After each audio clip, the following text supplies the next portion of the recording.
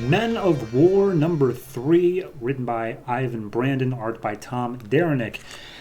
Last issue with Sergeant Rock being picked up way above the earth by some alien superhero lady, and then a senator they were trying to protect died, and there might be a mole inside their union.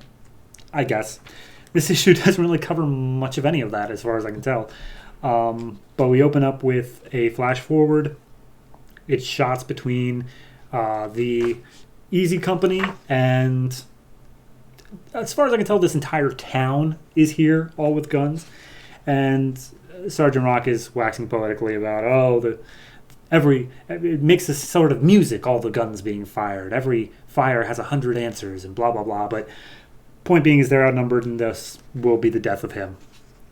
Flashback how we get here. So they're inside some super spy-looking Navy submarine, and they're going over the mission, where the entire mission is they go to this port, they blow up a ship, and then they take out 11 armed men that are defending it or whatever.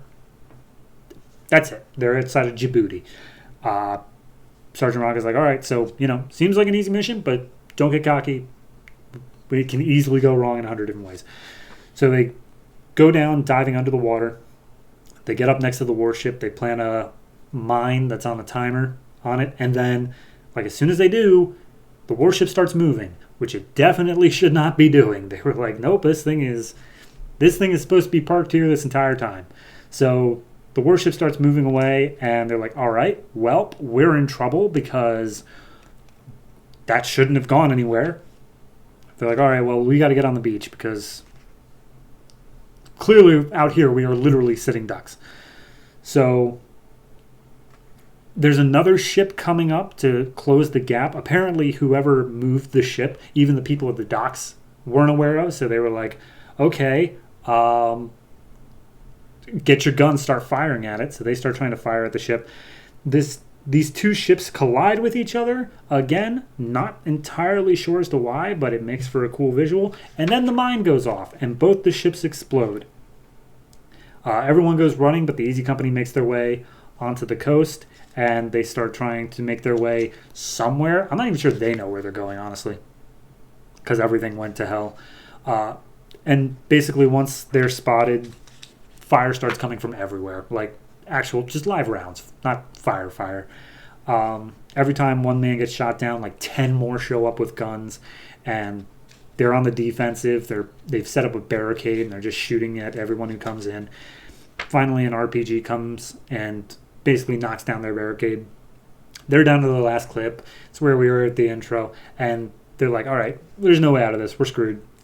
But Sergeant Rock doesn't see it as he's not sitting there counting his last minutes, thinking of his mother or anything like that. He's just trying to figure out, why did that boat move? That shouldn't have happened.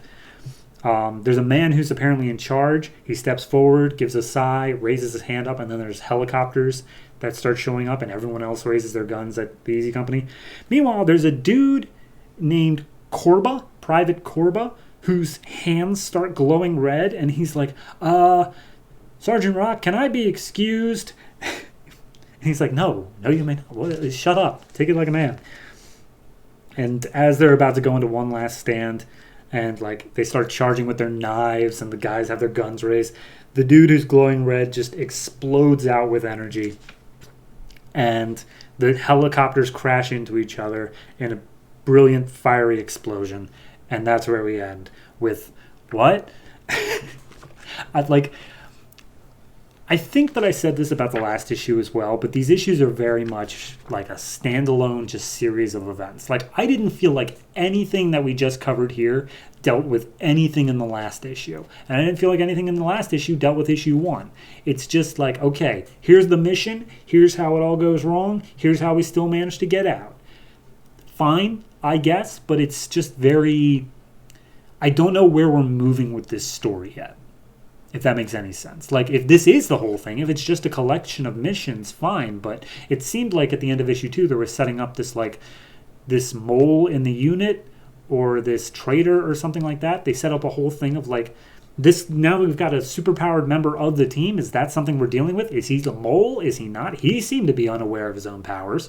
So I don't know. I have no idea where this is going. All I can tell you is most of this is told through a sort of poetical narration. It's very well done. The writing is very brilliantly told. It leaves the art to do whatever it wants, and it does it very well.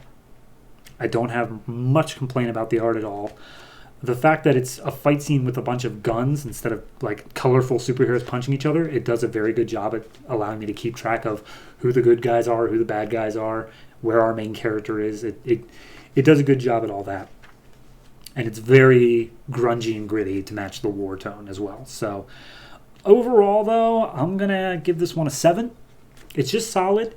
My only real complaint is we're 3 issues in now, and I'm not entirely sure what the plot is. If it's just following around Sergeant Rock, that's fine.